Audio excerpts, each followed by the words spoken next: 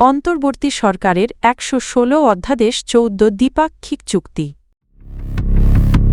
মারাত্মকভাবে ভোট কারচুপির শঙ্কা দেখছি, মির্জা আব্বাস। অপরাধ আমার বাবা করলেও ছাড় পাবে না, হাসনাত আব্দুল্লাহ। মাঘ মাসে যদি মাথা গরম করেন, চৈত্র মাস এলে কি করবেন, জামায়াত আমির। কোনো রাজনৈতিক বড় ভাইয়ের দাপট চলবে না, তাসনিম জারা। অন্তর্বর্তী সরকারের মেয়াদকালে ১১৬টি অধ্যাদেশ জারি এবং ১৪টি দ্বিপাক্ষিক চুক্তি সম্পন্ন হয়েছে বলে জানিয়েছেন প্রধান উপদেষ্টার প্রেস সচিব শাফিকুল আলাম। বৃহস্পতিবার ফরেন সার্ভিস একাডেমিতে আয়োজিত এক ব্রিফিংয়ে তিনি জানান, উপদেষ্টা পরিষদের সভায় অন্তর্বর্তী সরকার দায়িত্ব নেওয়ার পর থেকে গৃহীত কার্যক্রমের একটি বিস্তারিত উপস্থাপনা দেওয়া হয়। প্রেস সচিব বলেন, ২০২৪ সালের ৮ August interim government of Bangladesh দায়িত্ব গ্রহণের পর এ পর্যন্ত ১১৬টি অধ্যাদেশ জারি করা হয়েছে। এর সময় নিয়মিত সাপ্তাহিক ক্যাবিনেট বৈঠক হয়েছে ৬৮টি।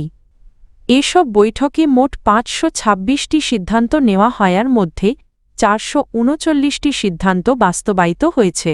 এতে সিদ্ধান্ত বাস্তবায়নের হার দাঁড়ায় ৮৩%।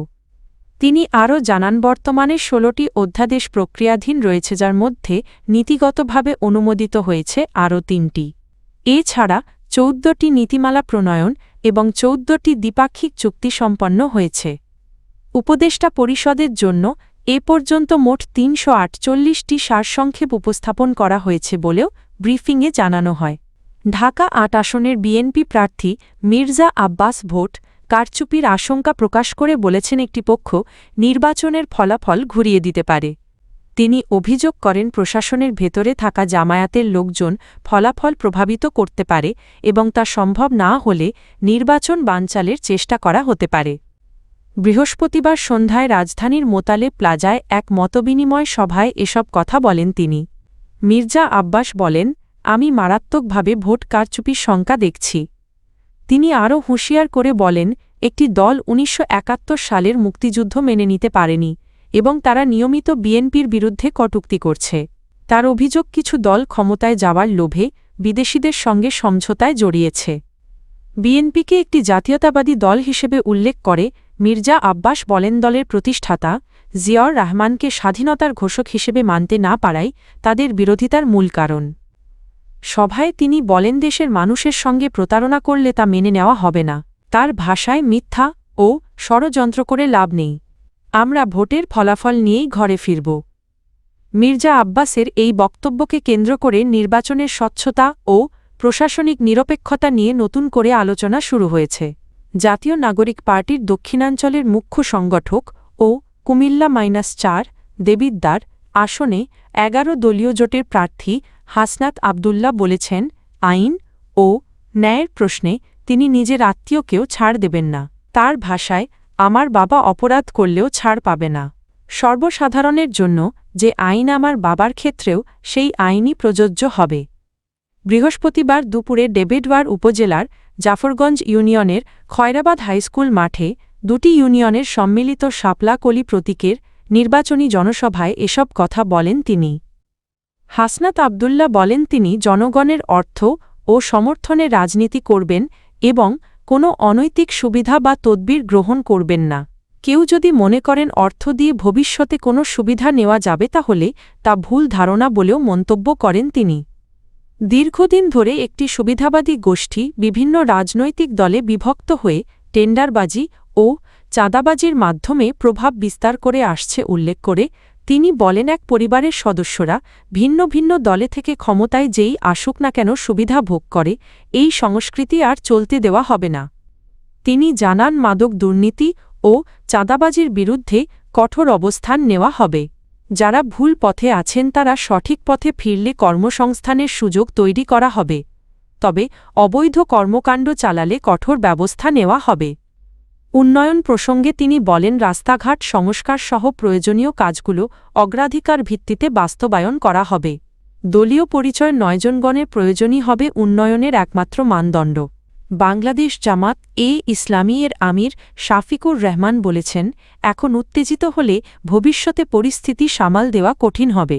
তিনি নেতাকর্মীদের উদ্দেশ্যে বলেন, মাথা ঠান্ডা রেখে মানুষের কথা শুনতে হবে এবং বুঝতে হবে মানুষ কি ভাবছে।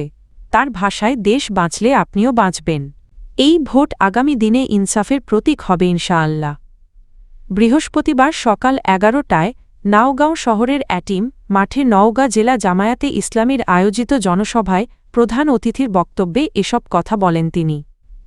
নারীদের প্রতি সহিংসতা ও হুমকির বিষয়ে কড়া হুঁশিয়ারি দিয়ে জামায়াত আমির বলেন, নারীদের গায়ে হাত দেওয়া বা ভয়ভীতি প্রদর্শন বন্ধ না হলে তার পরিণতি ভালো হবে না। তিনি জুলাইয়ের 15 তারিখের ঘটনার উদাহরণ টেনে বলেন, মায়ের অপমান সহ্য করা হবে না এবং প্রয়োজনে জনগণ আবারও গর্জে উঠবে। সংখ্যালঘু ও ভিন্ন ধর্মাবলম্বীদের নিরাপত্তার কথা তুলে ধরে শফিকুর রহমান বলেন, কেউ মুসলমান নয় বলেই তাকে ভয়ের সংস্কৃতিতে থাকতে হবে, এটা চলবে না। তিনি বলেন, এই দেশ সবার এবং সবাইকে নিয়েই দেশ পরিচালিত হবে।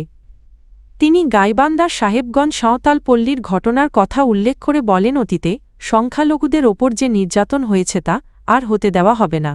জামায়াত সরকার গঠন করলে সব নাগরিকের নিরাপত্তা ও অধিকার নিশ্চিত করা হবে বলে প্রতিশ্রুতি দেন তিনি। আসন্ন জাতীয় সংসদ নির্বাচনে ঢাকা ৯ আসনের স্বতন্ত্র প্রার্থী তাসনিম জারা বলেছেন, নির্বাচিত হলে এই এলাকায় কোনো রাজনৈতিক বড় ভাই বা প্রভাবশালী নেতার দাপট চলতে দেওয়া হবে না। তিনি আশ্বস্ত করেন, সাধারণ মানুষ নিজ নিজ এলাকায় বুক চিতিয়ে ও সগৌরবে চলাচল করতে পারবেন। বৃহস্পতিবার সকালে সামাজিক যোগাযোগ মাধ্যম ফেসবুকে দেওয়া এক পোস্টে এসব কথা বলেন তিনি। নির্বাচনী প্রচারের অংশ হিসেবে দেওয়া ওই পোস্টে তাসনিম জারা মাঠের রাজনীতিতে পেশিশক্তির পরিবর্তে তথ্য ও জনমতের শক্তির ওপর গুরুত্ব দেন। রাজনৈতিক প্রভাবশালীদের মোকাবিলা প্রসঙ্গে তিনি বলেন, অন্যায়ের বিরুদ্ধে দাঁড়াতে সবসময় পেশিশক্তির প্রয়োজন হয় না, বরং অন্যায়ের রাজনৈতিক মূল্য বা পলিটিক্যাল কস্ট বাড়িয়ে দেওয়াই সবচেয়ে কার্যকর কৌশল। তিনি বলেন, যারা দাপট দেখাতে অভ্যস্ত তারা জনসম্মুখে নিজেদের অপকর্ম প্রকাশ পাওয়াকে সবচেয়ে বেশি ভয় পায়। কোনো অন্যায়ের ঘটনা সঠিকভাবে নথিবদ্ধ করে জনসমক্ষে তুলে ধরা হলে রাজনৈতিক দলগুলো জনমতের চাপে তাদের কর্মীদের নিয়ন্ত্রণে রাখতে বাধ্য হয়। তাসনিম জারা জানান, এই লড়াইয়ে তার দুটি শক্তিশালী হাতিয়ার রয়েছে। একটি হল যথাযথ তথ্য প্রমাণ সংগ্রহ ও উপস্থাপনের প্রাতিষ্ঠানিক অভিজ্ঞতা, আরেকটি হল কোনো মধ্যস্থতাকারী ছাড়াই মুহূর্তের মধ্যে কোটি মানুষের কাছে সত্য পৌঁছে দেওয়ার নিজস্ব ডিজিটাল প্ল্যাটফর্ম।